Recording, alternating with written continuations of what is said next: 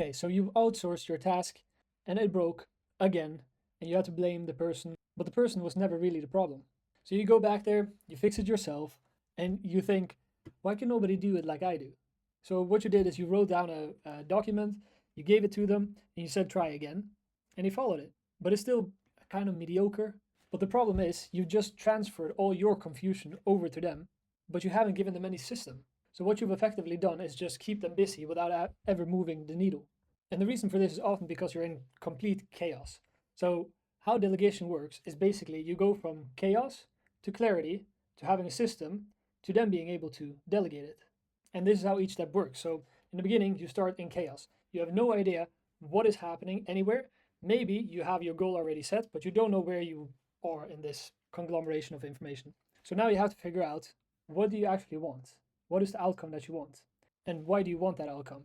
And then you have to figure out, how do you get from where you are now to the end? Now you have clarity. Now you have to build a system, which is, how do you get from here over to here? What are all the steps in between? What is the procedure to go from A to B? And not only one time, but repeatedly. Like, you can do this every single time if you want. And when you have that, that's when you can delegate it to somebody else and they can do it for you. But when somebody else does it for you, you have to make sure that you reward the outcome and not doing the task itself. Because there's a difference between a team that just gets rewarded for doing their task and a team that can actually think and evaluate what they're doing and improve what they're doing. The system becomes better. You have to understand that doing this whole thing once is not good enough. It's signal, but it's not a really good proof of concept. You have to be able to repeat it about 100 times so you actually can see what the stats are. So from percentages, we obviously do percentages from 0 to 100. So it's a good idea to just try to fill out 100, because you have a percentage range super easily available for you, and you have a wide enough pool to give it statistical validity. Because otherwise, maybe you did the whole thing and it worked once, but you didn't see all the random things that could have happened with it that actually made it succeed. And if you build a SOP based on a random event that made something succeed, then you're not building an SOP that is effective, you're just building garbage. So in the beginning, when you've made a system, it's very important that you don't try to perfect it. You just push as much volume as you can through it, so you can figure out if it works or if it breaks. And both of the results are very, very good, because if it works, you already have a head start and you can just keep on ramming through. If it doesn't work, you know exactly which part of the system was a problem. So every piece of information you have is good information, which means that shipping something faster is more useful than trying to perfect something that you don't even know if it's going to work or not. And there's a beautiful quote from Steve Jobs where he says that real artists ship, or something like that. And it's just so true. But at one point when you're doing all of these tasks, each time you do the task, you get a +1 outcome, which is good. But if you keep doing this 2 or 3 more times, you have +2 and +3 in outcome. But if you now make the SOP on the system that you know works 100% because you've tested it many times, you have a proof of concept. If you now give that to 10 other people, now they make +10 units of outcome in the designated time. So they can outperform you massively. And this is the point where it's useful to make an SOP. That's where the real leverage lies. And you know that your SOP is good and clear enough when every micro action in the chain that becomes the system have only binary choices. Every single choice should be a yes or a no, or some other binary thing. If you're stuck with 3 or more options, that means that you have a subsystem that you haven't broken down enough yet. You can think about it a little bit like this. Imagine those circuit boards where you put like one wire here to the next wire to the next wire, and it has complete perfect logic gate. And then you imagine like all your Christmas lights, which are tangled into each other, and when you pull one thing, like 10 other things break. That's what happens when you don't have a clear binary system for every decision point. Let me give you this example. Imagine you need to make very good videos. So you hire a video editor and you tell the video editor, you have to use these fonts, you have to use this intro template, you have to use this type of thumbnail, and you have to think about these and these timestamps or whatever. And then you let him work, so he does his thing, and now he comes back and he's fulfilled all of those things. He's done every single task perfectly, but it just doesn't look very good. And the reason for this is because you've trained him to be obedient. You've trained him to follow the tasks. You haven't trained him to be a good video editor. So it would be a little bit the same as like you have a bunch of traffic and you try to widen out the lanes to become 4 lanes instead of 1, while 3 miles ahead you have a bridge that is a 1 lane. So obviously that is the bottleneck and not the lane where you're focusing on expanding. So it's literally theory of constraints applied to people. So what you should do instead is you should tell your editor, okay, you are going to maximize virality or whatever outcome you want to have. You're going to maximize virality. These are the things that worked before. These are the things that I care about. And these are the outcomes that we want. Figure it out. And when you do this, something magic happens because you give him room to think. You give him room to experiment. He's a video editor for a reason. He wants to do the job for a reason. So give him a good reason to fall in love with his job. Because suddenly, this person is now focusing on getting the best viral video that he can make. So he will come up with things that you've never thought about, like thumbnails that you've never thought about. He's editing techniques that you've never thought about, audio techniques that you've never thought about. And he starts building a better playbook than what you gave him. But that also means that you have to incentivize him for the outcome that he makes. Because if you give him a flat salary and you tell him you work 8 hours, you get X amount of dollars every hour, now you incentivize him to do the minimum amount of work that he has to do to make you happy. But if you incentivize him on the outcome, so say you get an extra bonus for viral videos. Now he actually has a reason to get a viral video. So you guys have now your goals are aligned. He's no longer there to just be there and make the video and make you a bit happy. He's there to make viral videos, and that's exactly what you want as well. So you have to figure out a way how you can tie his compensation to the outcome that you want. And even more, you have to figure out how he gets compensated if he makes a team and they perform well. Now you have something that can actually grow and evolve.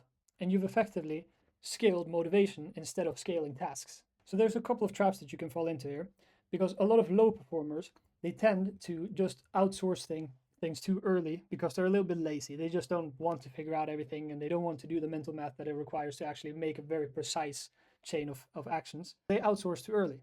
And then you have the complete other side with like high performers or perfectionists or whatever you want to call them, that don't want to let go of anything because they think that they're the only ones that can do it perfectly. And that may be true, but it's not very effective.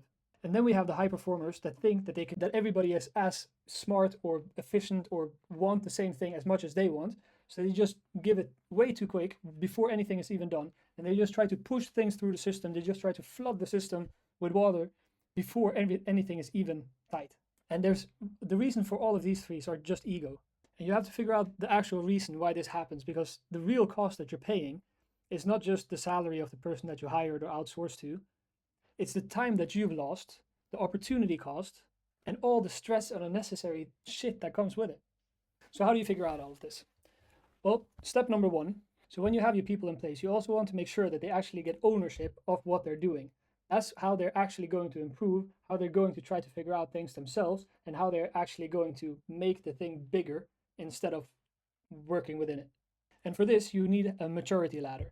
So normally when you hire somebody, they come in and a lot of the questions are related to how do I do this? And this is why you have the SOPs, so they don't need to go to you to answer those questions.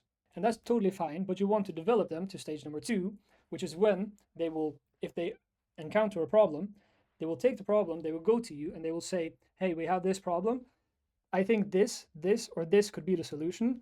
And I recommend that we do this one because this, and this. Because now when they come to you, you don't have to think about the problem. It's laid out for you. So you can just say this, or yes, you're right. Recommendation sounds good. Let's do that. And when they've done this, after a while, you want to get them to stage 3. And what is stage 3? Well, now they just report to you exactly how things are going. They're no longer coming to you with problems. They just report on what is happening. And obviously they track that according to the KPIs that you have. And then you get to stage 4, which is when they're fully functioning. They're delegating stuff themselves within the system that they came into. And this is when they are taking over the role that you had when you hired them. And now the beauty is you're completely out of it and they're doing everything for you. And this is what you want. So now you're getting into meta delegation, where you're going to try to figure out who can help you figure out what you should delegate next.